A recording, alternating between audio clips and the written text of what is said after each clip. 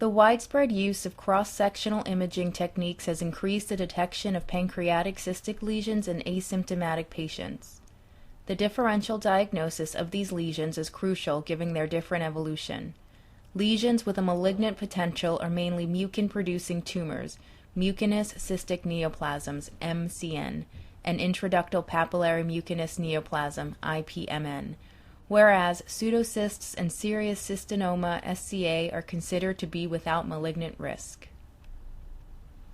Background and study aims. The differential diagnosis of solitary pancreatic cystic lesions is frequently difficult.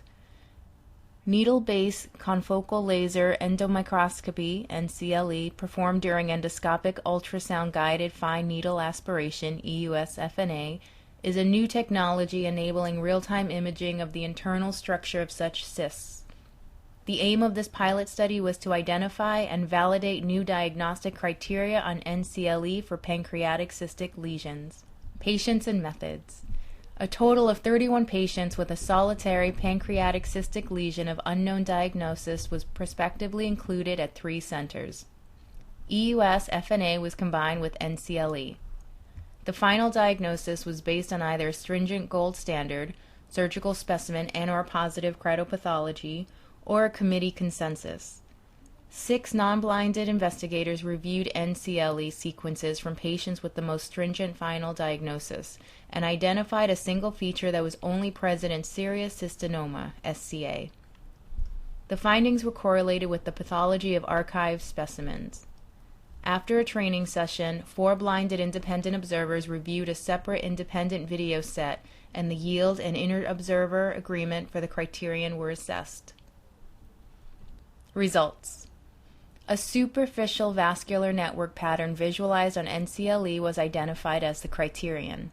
It corresponded on pathological specimen to a dense and subepithelial capillary vascularization only seen in SCA.